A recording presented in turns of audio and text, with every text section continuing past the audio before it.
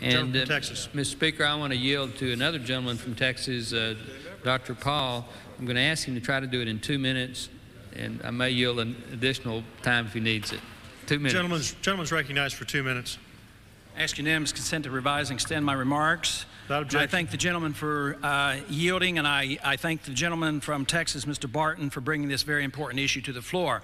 I would also like to compliment the gentlemen and ladies on the other side who have spoken out against this resolution, because I have to compliment you on. You are brave to be able to come up here and speak your beliefs and really come out on the position of for taxes. If I did something like that, I couldn't return to Texas. But I have to admire you for the willingness to come here and take a pro-tax position. But so I think that's to be commendable. I really only have 2 minutes, and I really can't do that right now. I would like to suggest to our side that if we all in the Congress did a better job in following the Constitution, we wouldn't need this amendment. Because if we took our oath of office seriously, if we followed the doctrine of enumerated powers, if we knew the original intent of the Constitution, this Congress and this government would be very small, and therefore we would not have to be worrying.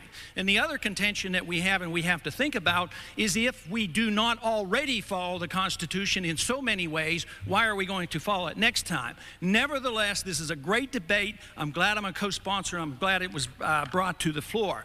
We do have to remember there's another half to taxation, and that's the spending half. It is politically unpopular to talk about spending. It is politically very popular to talk about the taxes. So yes, we're for lower taxes, but we also have to realize that government is too big. They're consuming 50% of our revenues and our income today, and that is the problem.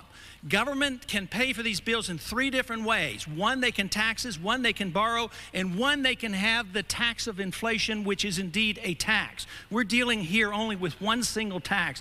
But eventually, when we make a sincere effort to get this government under control, we will look at all 3 areas. We will limit the borrowing power. We will limit the ability of this Congress to inflate the currency to pay the bills. And we certainly will follow the rules of this House and this Constitution and not raise taxes. Thank you. Gentleman's time has expired.